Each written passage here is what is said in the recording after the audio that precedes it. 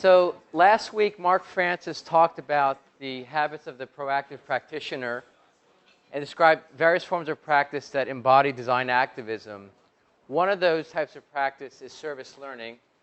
So today's speaker, Patsy Owens, will be talking about what service learning is and how service learning is an integral part of landscape architecture education. Many of you know Patsy Owens is an associate professor here in the landscape architecture program and has been on the faculty since 1999. Prior to that, she was teaching at Virginia Tech. Much of Professor Owens' research focuses on adolescent issues and the built environment, as well as different forms of community participation, especially focused on youth engagement. So she's known for this work here and internationally, and has a number of research projects. We're collaborating right now on a regional youth disparities project in the Sacramento region. But she also has collaborative efforts with researchers in Great Britain and Scotland, I believe, probably other countries as well. So please join me in welcoming Patsy Owens.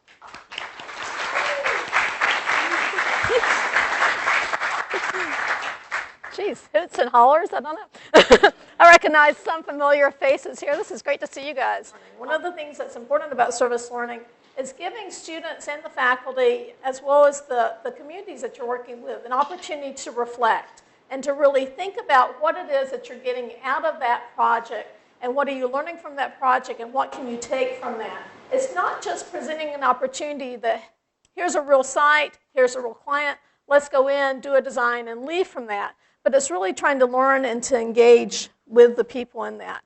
One of the definitions is it's an active, creative pedagogy that integrates community service with academic study in order to enhance the student's capacity to think critically, solve problems practically, and function as a lifelong moral democratic citizen in a democratic society.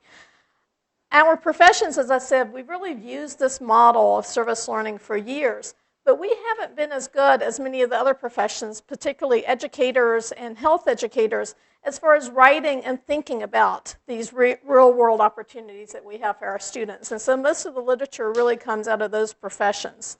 And so we really need to look to them for some of the things as far as what have been some of the models and some of the things that have been positive from service learning.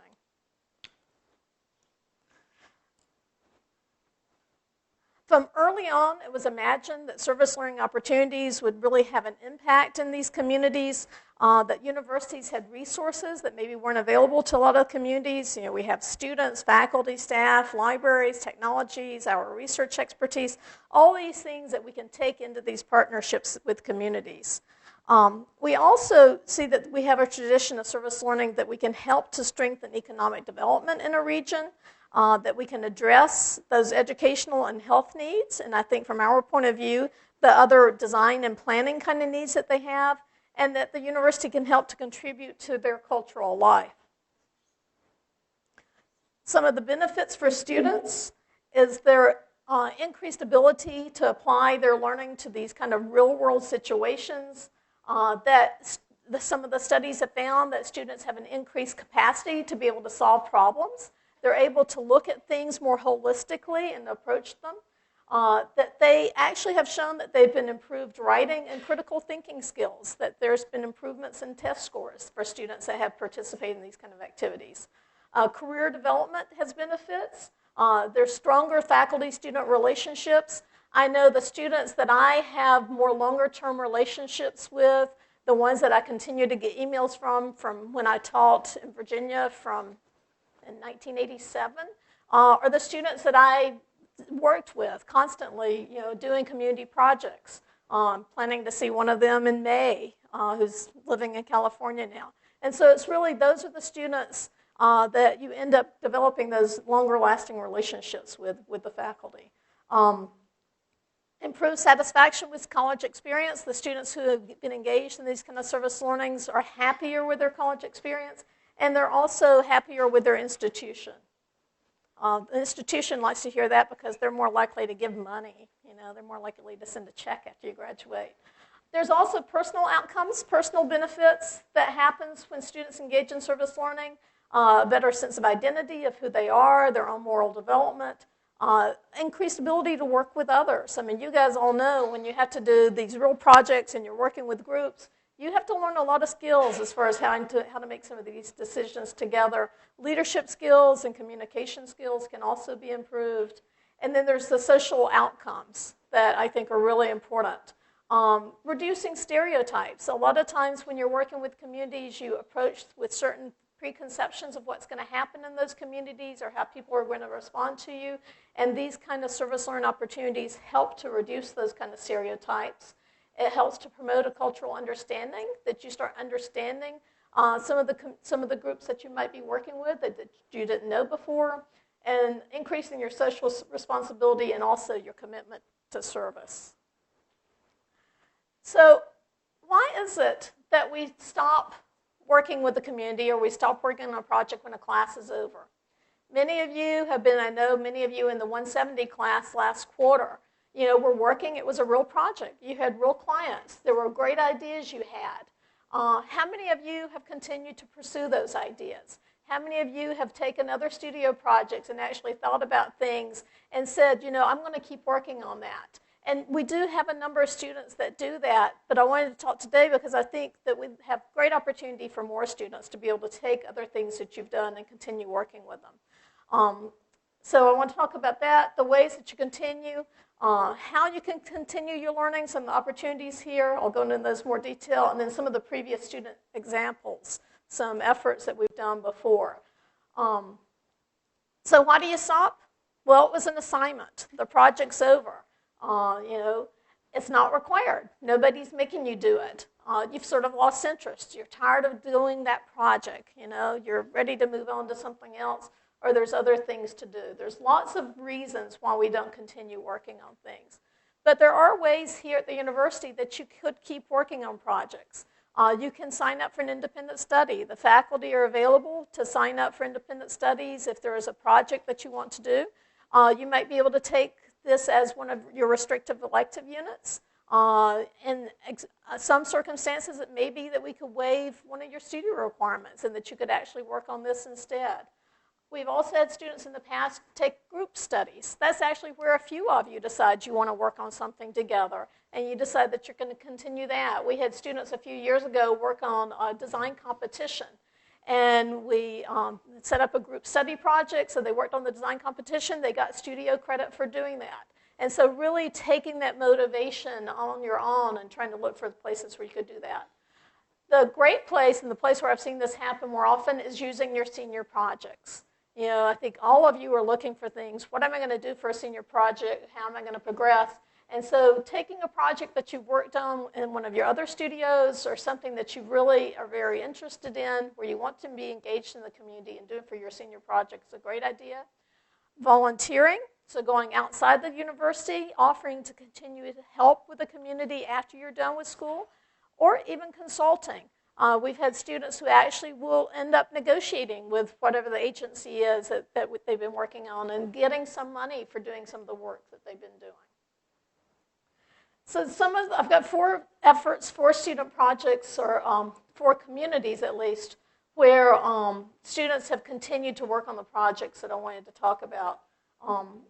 The first one is Knight's Landing.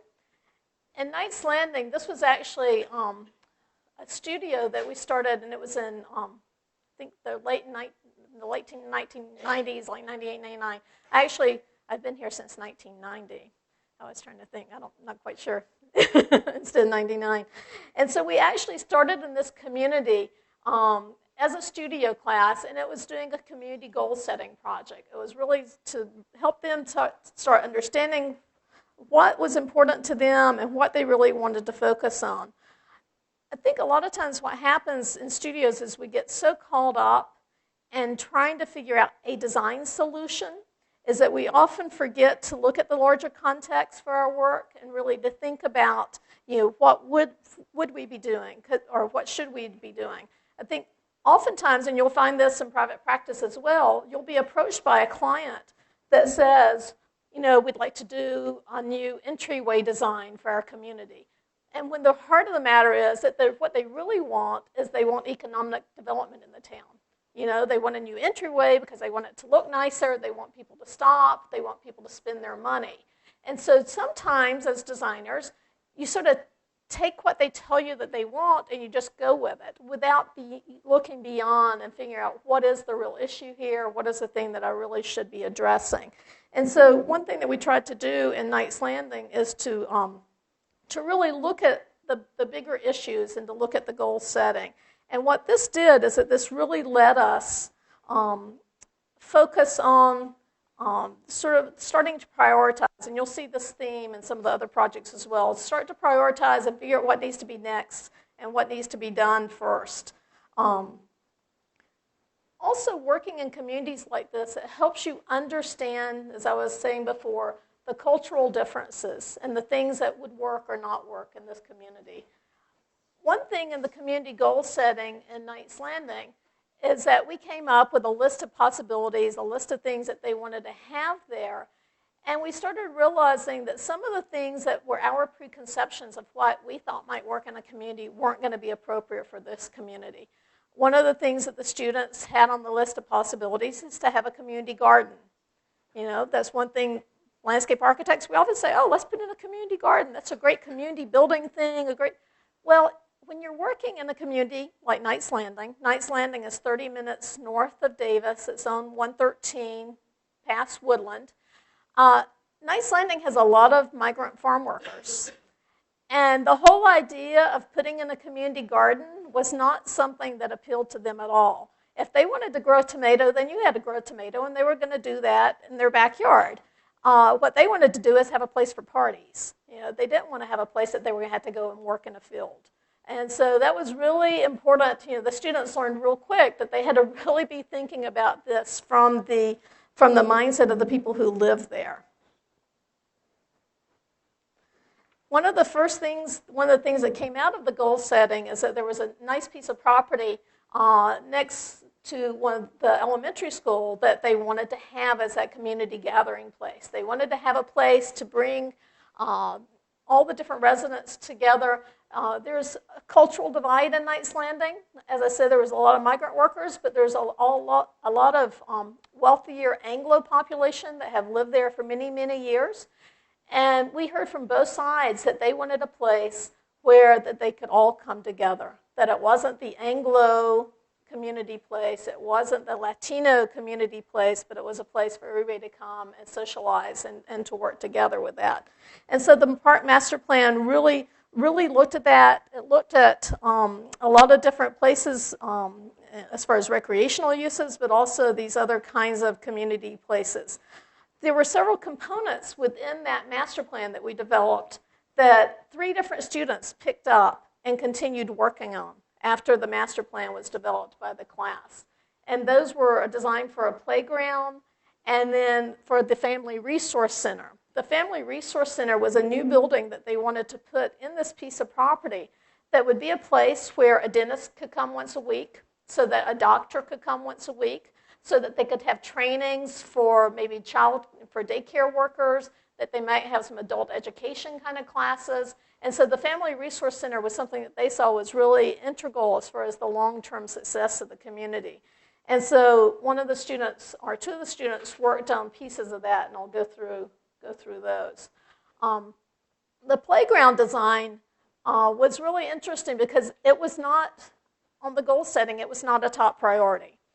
Because they already had a playground. It wasn't great. It was old. It was beat up. But what happened at the very end of the goal setting and the master plan process was the school district found from our analysis that the playground equipment wasn't up to code. Without saying anything to school or anything to any of the community members, they sent someone in and they ripped it all out. And so suddenly the school had no play equipment whatsoever. And so it really changed the priorities of wanting to get something in there. Marlise Nagel was one of our students at the time, and Marlise was really appalled that this had happened and was very excited about continuing to work with some of the children that we had been working with before on the master plan. And so she continued working on this for her senior project. You can take a look at that if you're interested. But she did a really wonderful job where she worked in the summer, actually, with the students. Many of the kids didn't have a lot of experience of going to other places. She was trying to get them to get ideas about what they wanted to have in the playground. And so she saw the real need to organize a tour. So she got vans together and took them around the region and had them look at different playgrounds and had them look at things to see what they liked and didn't like, and came up with ideas about what she could use, based upon that.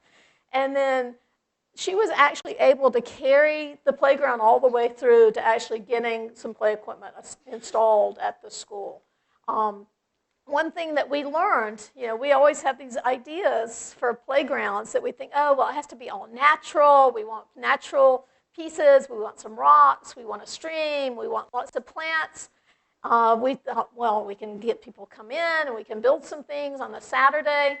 What we learned from them is they wanted to buy something. They wanted something that was they wanted to see that they were just as good as any other school in the district or any other school in the county. And to them, if they had to build it themselves, that wasn't going to be good enough. And so we really had a little bit of a struggle philosophically for us. It was like, do we really want to buy some catalog play equipment piece? But that was really what was important to these kids and to the parents, is they wanted something that they could buy. And then we've tried to incorporate some other natural elements into it as well. As far as the Family Resource Center, we had a couple of other students that followed on after the playground got installed. One was Matt ended up doing this, I think, as an independent study, and I think he may have gotten some credit for it for one of Byron's classes. But he designed the whole irrigation system and for all around the Family Resource Center, figured out all the walkways. He also secured donations of plant materials. He got everything donated. He ended up getting plants from Environmental Hort here on campus. He got lots of different things from I think it was from the County Parks Department. But he organized this effort, and then we had a work day where we actually did have the community come out and do their own installation, and it was really great. One thing that we had identified earlier on is that one of the skills that was really present in the community is laying pipe and putting in irrigation systems. And so we definitely had all the expertise that we could ever ask for as far as getting the irrigation system installed. One of the things that we came across, though, in designing this and doing the installation that day, and it just showed that you never quite have enough information, you never know everything, is one of the school district wanted to have somebody out there to supervise that day, and he was like stopping everybody and say, wait a minute, what are you doing? And we're like, what do you mean? He said, well, you're planting trees. And we're like, yeah, we got trees, we're going to have shade, it's going to be really nice. He said, look, trees are going to have leaves, and somebody's going to have to pick up all those leaves. And so he's there because he's concerned about the maintenance, and he's concerned about who's going to rake the leaves. And it had already been approved through the school district, and I won't go into all the other crazy kind of questions that they had about what was being done. But you have to always be prepared that there's last-minute glitches and last-minute things that people are going to come in and ask you about and want to know about. Another piece at the Family Resource Center that I don't have any good photographs of, but you can actually, I checked, and her senior project is in the research library, is Kathleen Coleman's entry wall design. We did an entry wall at the Family Resource Center where she actually went over several weekends and had some of the school kids design tiles, and they did ceramic tiles, and then they did this great mosaic stucco wall as an entryway that people could sit around as a waiting area outside the Family Resource Center.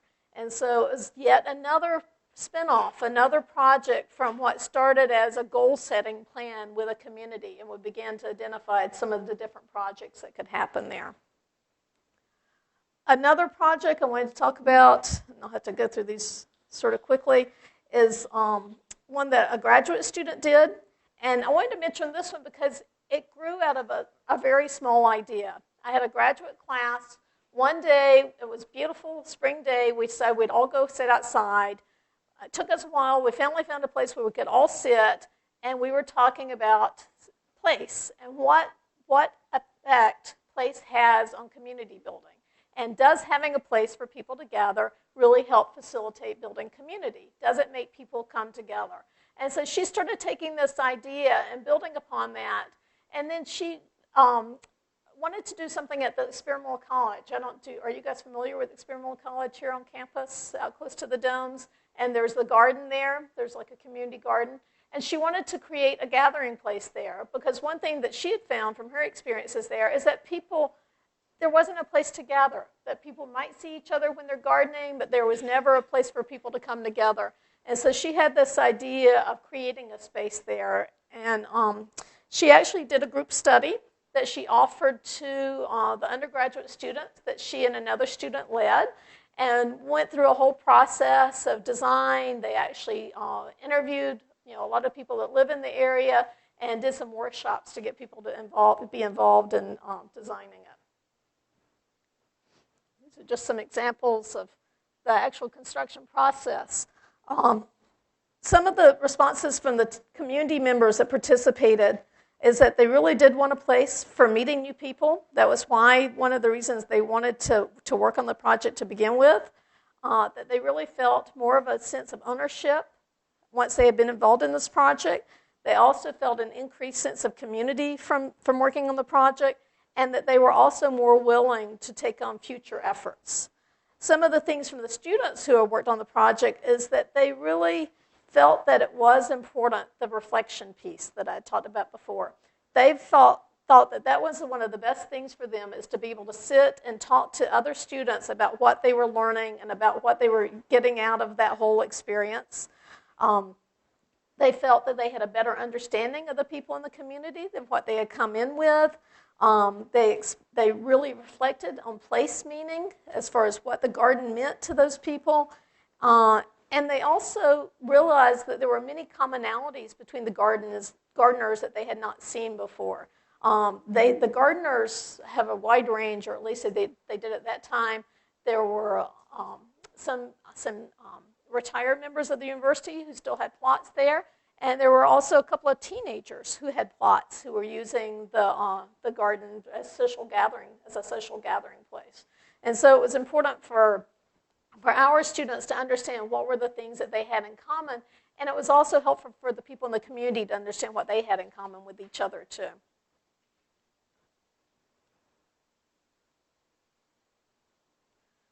The next one is another senior project, and I wanted to talk about this one quickly just because I think this appeals to a lot of people as far as it's a labor of love.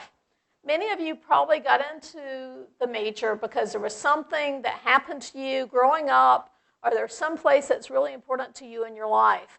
And this was Daniel's high school, and he was really interested in going back and doing something for his high school and wanting to do a garden at his high school.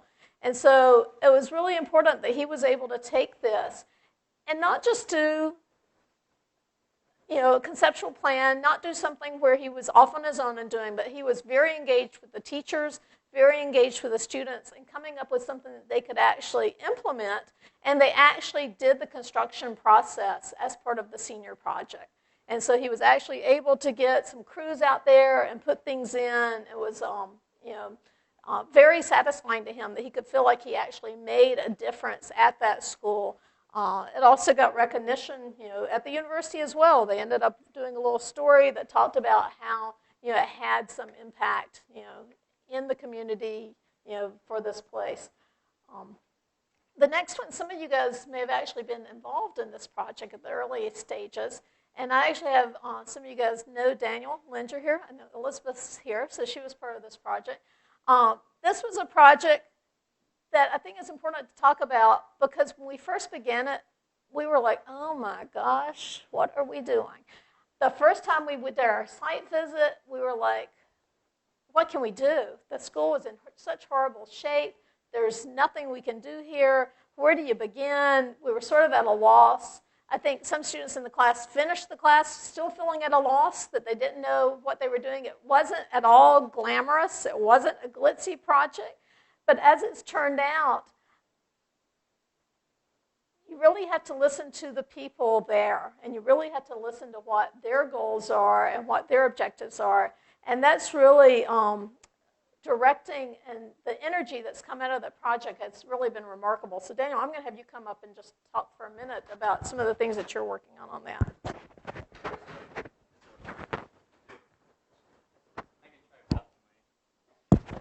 We want this one for the...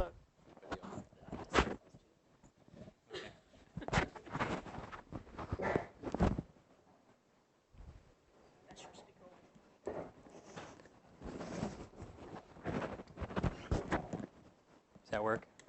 Okay. Okay, so yeah, Patsy just wanted me to talk a little bit about the Grant High School Master Plan project that some of you are familiar with.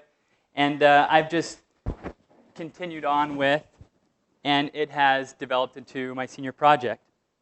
So for those of you who aren't familiar with the project, I'll briefly describe the project. One of Patsy's students that she had a while back, Daniela, teaches at Grant High School a landscape design class. And it's part of an environmental design and science academy. And it's set up to be kind of a professional program to teach these kids about landscape design, which is perfect. And so what we did was we basically went through the design process of research and design. But what I wanted to talk about, and what Patsy wanted me to explain a little bit, was kind of what was my motivation with really going on with this project. Sorry about the microphone. I'm not too familiar with what you have here, but okay.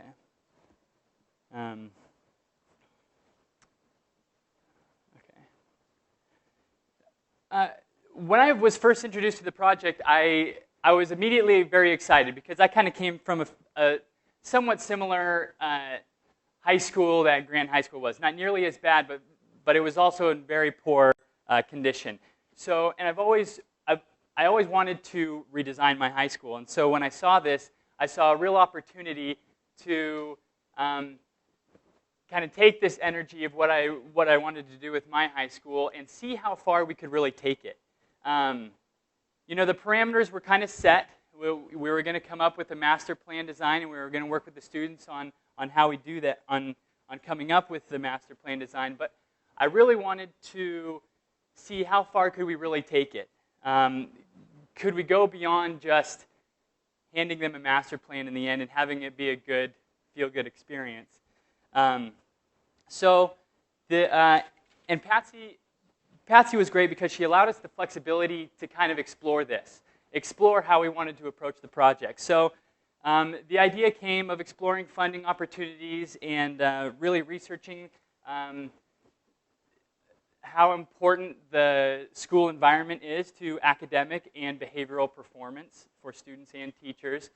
And then the idea came to create a film to kind of document the process, act as a persuasion piece in presentations to gather support and funding and so forth. So luckily, we contacted someone in the film department, and he was great and wanted to work with us. And we came out with a film, and it was a key component in a lot of our presentations that we then gave afterwards. So I don't want to go beyond myself. I'm not going to follow this exactly. Maybe. You could talk about the funding. One thing we came across was, so we realized this wasn't going to just end at the quarter, or it had a huge potential to go beyond just the quarter. And it was exciting, but I had to make the decision whether we really wanted to continue this through the summer, into the fall. This was going to be a long-term project or not, and just leave it as it was. But the momentum was so good, and we saw so much potential there, that it was hard to just let it go.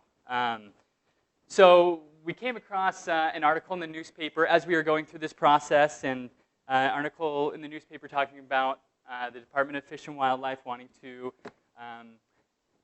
fund bringing habitat into the schools. So it was a perfect fit for what we were doing. We contacted them, gave them a presentation. They're super excited about it. So we are. Then there was the Sacramento Tree Foundation, who has a huge goal of planting I don't know how many thousands of trees in the next couple years. We presented them the project, super excited about it. So there was a number of presentations that we did over the summer. The school board, Chamber of Commerce, the new district, and the momentum just kept going, and it was really exciting. And at that point, I decided that I should probably take this on as my senior project, given that I've put so much time into it already. And before I close, and you can probably wrap up some of the other things that I haven't touched on in the grant, to keep you up, to kind of bring you up to what's happening now, we are submitting a proposal for the west entry of the Grant High School.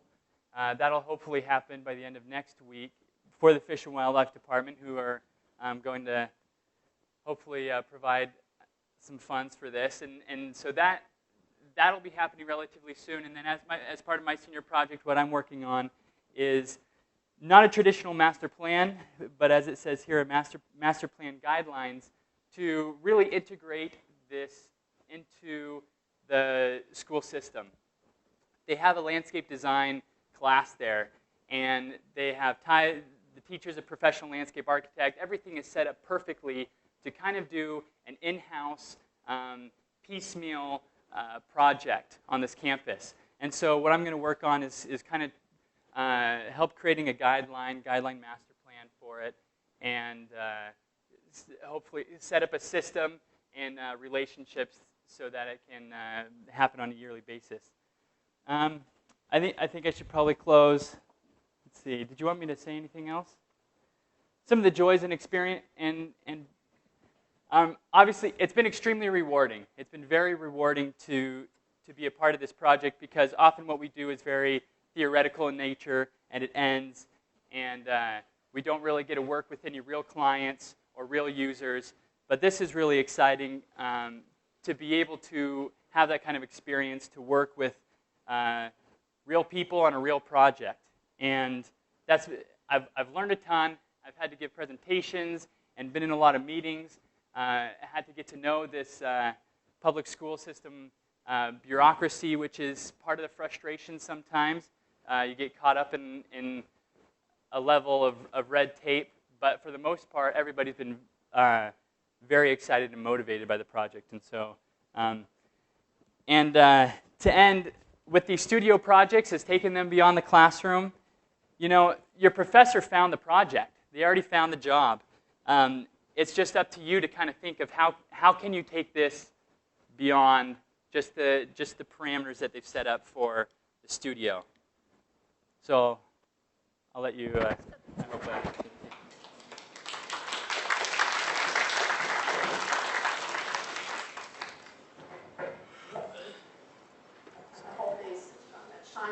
So just, thanks, Daniel. I thought it would be good for you to hear from somebody who actually took it on, and you can also talk to other people who had that studio, because I think some of them had other takes and would be really surprised to know what's going on, that the project's actually continuing, because I think some people thought it was going to go nowhere.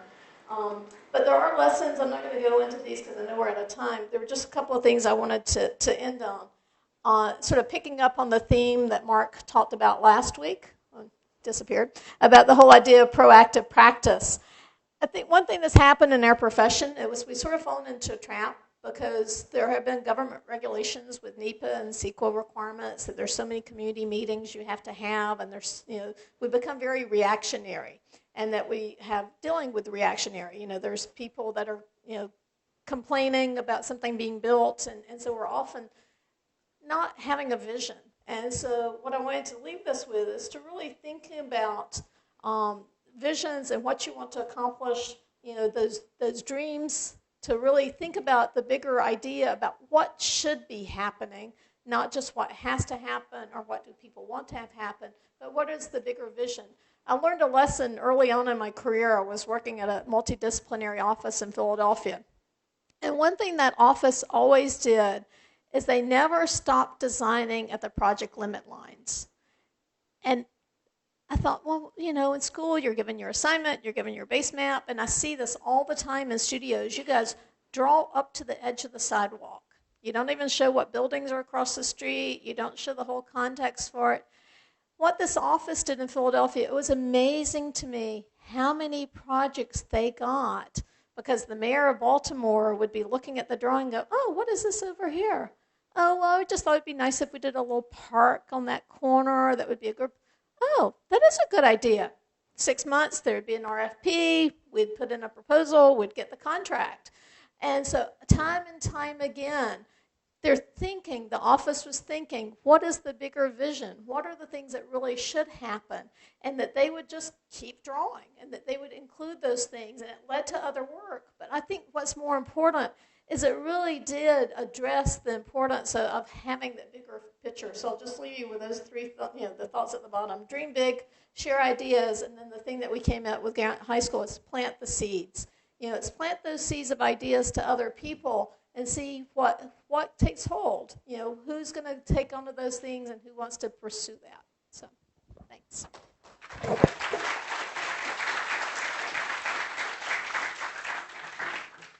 have a couple of minutes. There are some questions from the audience to ask of Patsy. Your own experiences, Joyce. Hello. This is wonderful. I don't know if everybody picked their senior thesis or not, but if you're really excited about a community garden project, we have one, so we can talk to you about that later. Yeah, I don't know how many of you guys know Joyce Gusting, but she has great projects all around different communities. So if there's, if you're ever itching to do some real work and do things, I can put you in contact with her. So. I would just add that I think this is a very appropriate phrase here, and I would emphasize plant the seeds. I mean, planting the seeds of design activism does not start when you get your degree or you have your license. It really starts now. I think a lot of the stories that Patsy shared are important ones, and I think even for people like us, that's the beginnings of our activism started in school. So the question I have for you is, what was there a moment that inspired you? Did you do service learning activity as a student? What brought you to this type of work? A couple of things. I didn't do service learning, and there was actually, we did community-based projects sometimes, but we never really did community engagement other than doing a community presentation. But one of my classmates, she was actually a year behind me, she inspired me to go out and do other things, because she ended up on one of her hikes discovering a creek that somebody was dumping raw sewage into, and ended up getting it declared an EPA site, and ended up getting lots of attention to the site and money that got brought into it. And so that made me start realizing, why are we in the classroom all the time? Aren't there other things that we should always have our eyes open looking for things? But the thing that really brought me into doing more community engagement was, and many of the students that have had me have heard this story, is when I was working in Philadelphia, I was doing a project in Camden, New Jersey. Camden is very low income, ethnically diverse community. And I was doing my site analysis, for a park, and there were all these young African-American men playing basketball in the parking lot. Well, the program that we were given by the city included 6 tennis courts, but it didn't include any basketball courts. And so to me, it was like, okay, why are we designing this park with these elements when this is the community that's going to be using it? And so that really started me questioning and doing research and trying to learn more about how do I get other people involved in making these decisions, instead of just sitting back and letting the paying client, whether that's the city or the county or whoever it is, make those decisions. That those decisions should really come from the people who are going to be using the place. And so that's why I ended up going back to graduate school and was really the focus of my study at that time.